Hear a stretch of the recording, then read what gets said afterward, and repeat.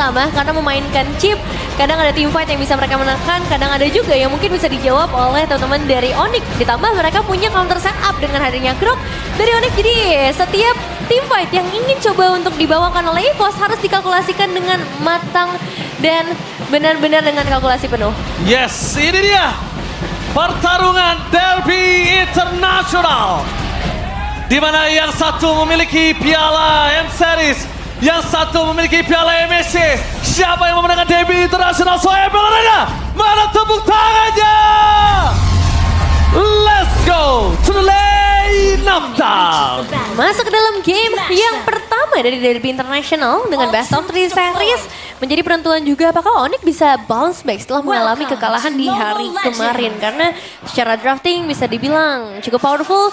Dan ya Lunok di tangan Sans ini akan jadi cukup berbahaya. Karena siapapun setebal apapun bisa di burst down nantinya Prof. Wah, kalau di burst down jadi mules tuh nanti tuh. Sakit banget pasti damage-nya. Udah pasti ya, terutama buat kedua jungler kita, Battle of Veteran. Tapi lihat apa yang dilakukan Randy. Melakukan rotasi, mencoba untuk melakukan sedikit steal terhadap jungle dan memiliki para pasukan dari tim Onyx. Oh, berani sekali. Apakah akan berani untuk mendapatkan point kill dari Keyboy? Kairi kali ini di depan sana dengan Red Shadow diberikan dan Retribution di sound point depan mata. Apakah masih block Kairi? Masih ada satu buah tersangkut ternyata Red Shadow membuat para pasukan dari tim Onyx. Bahkan sosok dari seorang Lutfi sampai melepaskan seluruh wave-nya. Wah, tapi ini jadi terlalu jauh nggak sih Prof? Karena sampai Little Wanderer aja nggak dapet. Wah, tapi masalahnya emang buat EVOS-nya rugi sih. Rugi benar. Karena dia harus pakai Retribution yang pertama, yang kedua ada korban di sana. Dan yang ketiga Litonya diambil sama Lutfi tadi. Jadi otomatis EVOS nggak mendapatkan keuntungan yang begitu banyak. Goldnya langsung swing ke arah Onyx.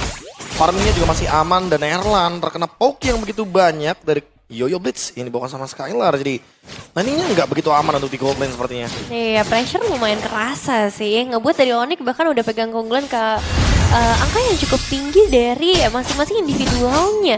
Tapi memang ngelihat dari segi drafting seperti ini, dari EVOS harus benar-benar berpikir 2-3 kali ya untuk melakukan pergerakan agresif seperti tadi. Karena secara power damage mereka masih minim banget. Masih belum waktunya. Tapi sebenarnya kalau ngomongin tadi itu sebenarnya dimenangkan oleh EVOS kalau dari segi power ya. Cuma yang tidak diekspektasikan adalah Kairi masih ada satu Coach Shadow yang menyangkut. Itu yang jadi merugikan. Ya, dan Lutfi-nya datang, itu dia. Iya, kalau yang namanya EXP kalau misalkan daripada laning mendingan ikutin fight. Iya, jangan cuek. Jangan cuek. Gak boleh cuek. Iya, dan sekarang Turtle juga udah mulai di setup seharusnya mencoba untuk mencari celah supaya performa dari Onyx ini nggak terlalu powerful dalam momen perebutannya. Oke, Coach Shadow telah di-pop up oleh seorang Kairi. Mundur ke belakang, akan ada Shadow kill depan sana. Langsung ada fight ke Lutfi. Retribution gagal dari kedua belah pihak. Bahkan Keyboy berhasil mendapatkan 1-1. Albert ter-take down. Kairi kali ini bakal coba diamankan oleh seorang Randy. Tapi ternyata dengan ada 4 player yang tersisa dari pasukan Onyx membuat Randy kayaknya harus mundur ke arah belakang. Mencoba untuk melakukan distraction. Shadow kill. Randy. Tidak ada rumput bagimu. Tidak ada yang bisa diselamatkan untuk para pasukan dari tim EVOS. Wah, ini terlalu banyak sih keunggulan yang dipegang oleh Onyx. 4 poin eliminasi, dapetin turtle juga di tangan Keyboy. Dan ngebuat dari EVOS semakin berkurang lagi nih power kemenangan mereka. Karena kita tahu chip ini akan powerful dalam kondisi ofensif. Dan ada 2 tangan Indonesia menuju ke arah EVOS nih ya. In Albert Witra seperti biasa kalau gue sama Profesor KB. Apalagi Ya, tapi kayaknya dalam kesulitan ya. Balik lagi. Kayaknya tadi datang ke bawah, Randy-nya tumbang. Jadi kalau mau buka shortcut kayaknya itu bakal jadi malapetaka deh. Memang lagi-lagi Onyx early agresif langsung menjalankan. gila sakit banget Chaos Assault yang diberikan oleh Sans. Bayangkan itu tanpa item. Itu tanpa satu item pun bisa kita bilang. Bayangkan kalau nanti tiba-tiba udah ada Glowing One. Tiba-tiba dia mainin karena dari Holy Crystal, Genius One, anything else. Dan bahkan kalau mau coba tiba-tiba main ke arah Sky Blizzard, waduh Randy sih. Wah. Udah siap-siap aja Prof. Tapi sendirian nih Keyboy. Keyboy, Tectonic Charge masih dimiliki oleh dirinya. Screening yang biasa dilakukan oleh Keyboy ini dengan Tectonic Charge kayaknya masih aman. Masih aman ya, hanya saja mengembangkan satu buah flicker sih. Entah ini akan jadi hal yang worth it atau enggak. Karena permainan agresif sebenarnya udah bisa dilakukan sama Onyx dengan keunggulan sebanyak ini Prof. Kayaknya gak ada masalah sih dengan keuntungan 2000 gold seperti ini. Yang penting nanti Tectonic Charge-nya ada lagi di area Turtle. Itu tetap bakal jadi keuntungan buat Onyx. Apalagi ditambah buat sekarang nih Randy-nya jadi gak bisa leluasa karena Hilda di early game-nya gak online. Iya, nggak maksimal. Gak ada gunanya jadi sekarang kita lihat Hilda. Iya, sementara itu dari Key-nya. Jadi team fight kembali terjadi di depan sana. Langsung Shadow kill. Suns tapi berhasil melakukan eksekusi, mendapatkan 1 poin kill, membuat perpasukan dari tim Onyx kali ini bisa dengan sangat mudah mendapatkan turtle tanpa kontes. Ya, dari segi damage ini udah besar banget sih untuk Suns sendiri yang akhirnya bisa nge-take down hero-hero bagian depan. Turtle dapatkan. Dan satu biarin langsung tutup. Ini namanya udah Abang Lutfi, bukan adek Lutfi lagi, Abang Lutfi. Bener-bener langsung zoning out 2 player seperti itu nih. Iya ya, dan ada sebuah comeback by GoPay juga. Sepanjang MPL ID berjalan, Albert dan Kairi menjadi top 2 jungler yang masih aktif dengan total kill tertinggi. Dan Kiboy harus tumbang. Yes, itu tidak bisa dipungkiri dan itu yang selalu kita bilang. Dimana Albert dan juga Kairi adalah 2 sosok jungler yang bersejarah tidak bisa dipungkiri. Langsung ada shadow kill. Berhasil mendapatkan 1 mobil kill kembali. Erlan di sana mencoba untuk menutup jalan Desert Kairi. Tapi Deadly Kids, that's it. Udah hanya poking damage aja. Iya, waktu jungle sempat ada di tim yang sama juga ya untuk Albert. Jadi memang ini 2 jungler kita yang benar-benar berkualitas dari Indonesia. Dan sekarang bakal jadi pertemuannya Lutfi sendirian. Oke, Bang Lutfi mencoba untuk mendapatkan Albert tadi itu dia. Dengan posisi dari Albert yang mencoba untuk menggocek arah Lutfi. Buying time sedikit dengan panah asmara dan bahkan lihat Albert tahu masih ada 1 pedang yang bisa dilemparkan oleh Lutfi. Gak butuh point kill selama deliver damage-nya berhasil yang diberikan oleh seorang Albert dan Kairi di sini gagal untuk mendapatkan 1 turret. Watch Shadow masih dipegang oleh Kairi. Belum ada objektif tambahan yang bisa dipegang, tapi untuk EVOS di mana nih Prof celahnya? Wah, kalau ngomongin celah ya, paling mereka bisa banget buat ngegeng bareng sama portalnya Chip. Tapi dari tadi kita belum lihat nih yang efektif dari Ki. Belum ada yang kebuka juga window-nya. Masih grouping loh dari Onyx. Minimal mereka jalan bertiga soalnya. Dan sekarang kayak lagi build up pelan-pelan untuk Kairi dengan adanya 2 expert glove berarti dia akan menuju ke Sky Pierce. Iya, setuju. Dan Kairi juga gak keganggu sama sekali, itu kayaknya bisa jadi masalah sih. Apalagi dengan adanya Hilda, ada 1 ekspektasi untuk Kairi bisa terbang ke Surprise Kairi! Happy birthday! Ternyata Kairi kali ini bakal coba didapatkan, masih ada shadow kill. Masih coba untuk bisa menghindari dan bahkan dapat 1 teknologi charge! Berhasil mencoba untuk menyelamatkan tapi nampaknya tidak bisa terlalu lama dengan Captain Coulson diberikan oleh permasukan dari tim Onyx. Albert ter-take down, one last man standing Kayeye. No Erlan for this time, tidak bisa memberikan damage. Kairi buying time banyak banget tadi. Iya, tumbang sih, tapi ditukernya dengan 3 pemain secara langsung dan bahkan Turtle yang akan langsung terbuka juga buat Onyx. Zone out akan cukup jauh dan Erlan pun nggak bisa berbuat banyak. Ya balik lagi ya, Erlan di sini bisa ngedeal damage tapi dia kan butuh ruang. Dan ruang tersebut kayak ketutup semua di area jungle bawah. Turtle didapatkan oleh Skylar dengan mudahnya. 3000 gold masih dipimpin sama Onyx. Ya, itu dia bisa kita bilang Kairi. Dan perfect turtle untuk di tangan dari Onyx. Agak cukup sebenarnya ini agak, aku bisa bilang menyalahi kodrat ketika Hayabusa mendapatkan perfect turtle di atas dari Sunsin, Profesor. Tapi mau gimana pun setup gara-gara Groknya ini jalan terus. Gila. Dari awal kita udah lihat nih, Kiboy banyak banget actionnya juga. Tectonic Chess-nya selalu on point. Dan tadi sih covering setup di bawah. Itu mungkin yang gak diduga-duga sama EVOS kalau misalkan buang semuanya. Oke, kita bakal lihat di depan sana kembali. Randy bakal coba dimangan, ditelan pula oleh seorang Kairi. Tapi bukan hanya itu aja, particle buff dari seorang Albert juga bakal coba direlakan. Dengan apa yang dimiliki dari Kairi, Skypiece sana sudah dimiliki, tandanya Kairi udah dapetin 10 stack harusnya. Erlan mencoba untuk melakukan outplay, transfer Lutfi. Tektonik charge-nya sedikit miss. Membuat perpasukan dari tim EVOS kali ini tetap harus kehilangan Erlan. Tapi nampaknya Skylar is coming. Dengan ada 1 bot shield di depan sana Kairi. Menambah kembali 1 Skypiece yang diberikan walaupun Kairi kali ini tertampar oleh Randy. Tapi setidaknya perpasukan dari tim EVOS, mereka akan kehilangan Albert juga. Yap, dan ini dia 1 poin eliminasi tambahan lagi untuk seorang Suns. Randy masih sempat bisa ngedapetin 1 pemain tambahan lagi. Setidaknya ada pertukaran yang udah bisa dilakukan oleh EVOS, 5 poin eliminasi sejauh ini.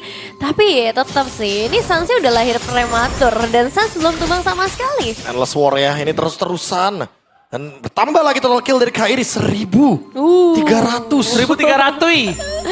Banyak banget. Nambah terus, apalagi dia udah punya Sky Pierce. Dan untuk sekarang, hati-hati sama Suns. Oke, jangan lupakan Suns kali ini berbahaya. Order Brilliance. Tidakkah preventif mau tidak mau dibandingkan harus sedikit terlambat menggunakan Order Brilliance, ada baiknya dibuka lebih dulu dibandingkan dia harus ter-takedown dan ter-shutdown. Ini akan bahaya point kill-nya. Makanya itu udah bahaya banget, dia udah punya Divine Glaive. Dan kita tahu Divine Glaive ini akan berkesinambungan dengan Spell Web dan juga Penetration. Karena Lunox akan bermain dengan Chaos atau dengan ordernya. Tinggal dia pilih mau survive atau mau penet yang dalam. Waduh, Kairi bakal lebih survive nih. Dia bakal lebih sustain nih Nevin kalau dia pakai War X. Tadi jelas sih. aku kira tadi bakal menjadi karena Endless biar lebih tajam, lebih penetration kan. Tapi kayaknya dia bakal mau lebih bermain dengan Quest Shadow, Profesor. Ya, pasti ya, karena War Axe nanti akan membantu juga bagaimana Phantom Shuriken damage-nya. Dan itu berkesinambungan sekali dengan Phantom Shuriken pasif. Dimana menambahkan spell fam juga. Keyboard dalam keadaan yang sekarang. Oke, Kairi, Quest Shadow adalah di pop up. Tidak boleh terlalu terburu-buru, ingat. Quest Shadow, oh itu ada salah satu old player juga ya. Ada Samu Hate kita lihat di situ ya, Profesor ya. Iya. Oke, tapi surprise, Semi bertemu menuju ke arah Kairi, nampaknya gagal. Randy menjadi terkeduta pada bangan one last hit. Randy masih head to head, memisahkan Kairi, Sharpton menuju ke arah Keyboy. Tapi abang-abangan dari preman EXP lain, Onyx ke Lutfi. Menukarnya dengan adanya Kaye dan juga Keyboy. Setidaknya kali ini membuat para pasukan dari tim Onyx, mereka benar-benar mendelay apa yang dimenangkan oleh EVOS. Jujur tadi EVOS yang menangin dari kondisi positioning, Profesor. Iya, gara-gara ada shutdown ya. Jadi goldnya lumayan turun perlahan. Ya. Dan ada satu pemain loh yang dari tadi belum join team fight nih, Erlan. Dia udah punya Holy Crystal, dia udah punya Lightning Tranche.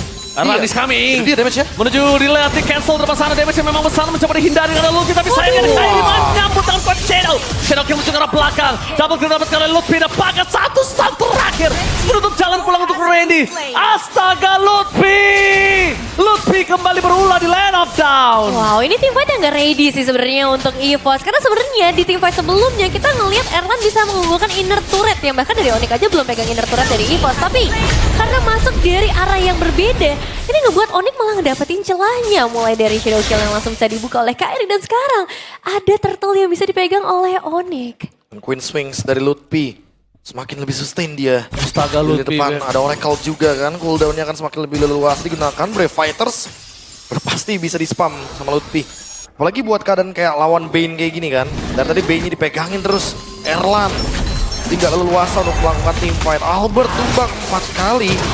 Yang menandakan kalau dia di game ini tidak terlalu bebas. Ya bukan gak bebas lagi ya, ini benar-benar dikekang banget untuk Albert, nggak bisa nge-deliver damage. Bahkan ketika pengen join ke area team fight pun selalu ada yang bisa mengincar sampai ke bagian belakang. Dan ya perjalanan dari Cici dan juga Lapu-Lapu di arah yang secara bersamaan ini bisa jadi masalah banget buat EVOS karena mereka belum punya damage yang cukup untuk nge-take down dua frontliner seperti ini. Apalagi sekarang Slurpee akan langsung masuk dan Holy Defense sudah mulai dalam ancaman bagi tim EVOS. Oke, kalau gue lihat sih kayaknya Erlan udah harus regroup ya. Nggak apa-apa mereka tim fight 5 dibandingkan mereka harus kekurangan damage. Karena sekarang Erlan udah punya Defense Glaive. Jadi Mubazir kalau damage-nya nggak di-deliver gitu loh. Ya dari tadi ya. Kalau dia mau flanking sekalipun, karena gini, bedanya Chow, mungkin kita lihat kemarin permainan flanking yang dilakukan Eman, bedanya Chow dengan adanya Bed. Chow mobilitas tinggi. Dari dulu kita tahu dia bisa nembus tembok, dia bisa mainin flicker tiba-tiba. Tapi kalau ngomongin Erlan, ini kan berat. Dia harus jalan kaki, waktunya panjang, waktunya berat. Jadi mau nggak mau harus regroup, nggak boleh kayak terlalu jauh gitu loh positioningnya. Ya, dan Erlan ini lumayan mudah terjangkau ya sebenarnya. Jadi posisi di area frontliner pun harus bisa benar-benar ngejaga supaya Oh, Erlan... digas. Ada Brave Fighters di sana.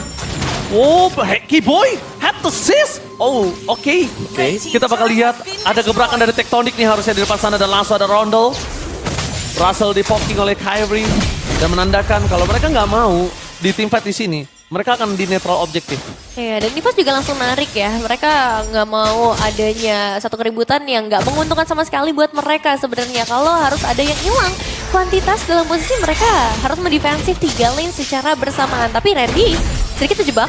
Bakal coba dipaksa dengan Brave Factor di depan sana. Rondel melakukan covering up. KYE akankah ada surprise? Lihat di depan sana. Damage-nya terbuka menjadi 2. Dapatkan damage dari Erlan akhirnya maksimal. Tapi teknologi charge yang on point dan 2 team fight di belakang sana dipisahkan oleh Lutfi. Triple kill. Lagi for Maniac dari Kyrie. Dan nampaknya cukup sampai di triple kill. Itu dia 2 team fight. Dan kenapa aku bilang abang Lutfi udah bukan Dek Lutfi lagi? Ya. Lihat team fight-nya 4 orang dipisahin sama Lutfi. Bener-bener galak banget. Dan sekarang masalahnya Wave ini akan segera masuk menyisakan Albert seorang diri dan masih butuh waktu sampai Randy kembali ke dalam lane of down. Albert versus everybody. Albert can you do it? Tapi nampaknya Albert tak mampu untuk bisa menang damage dengan Ori dan Onyx. Take the game. Wah, the Sky King. Ya, sudah kembali lagi kepada track positif mereka. Tidak memberikan celah sama sekali dengan berbagai upaya dari segi drafting, dari early game agresif yang dilakukan oleh EVOS dan memperkuat lagi untuk Onyx. Line up yang menarik nih. Dengan menggunakan Heptasis salah satunya, Keyboy jadi punya damage yang lumayan untuk bisa membantu pendapatan dari Skypierce-nya Kairi semakin menambah juga daya dobrak dari Onyx. Bukan pertama kalinya sebenarnya kalau kita ngomongin soal Heptasis di Keyboy. Waktu dia main Chow Roamer,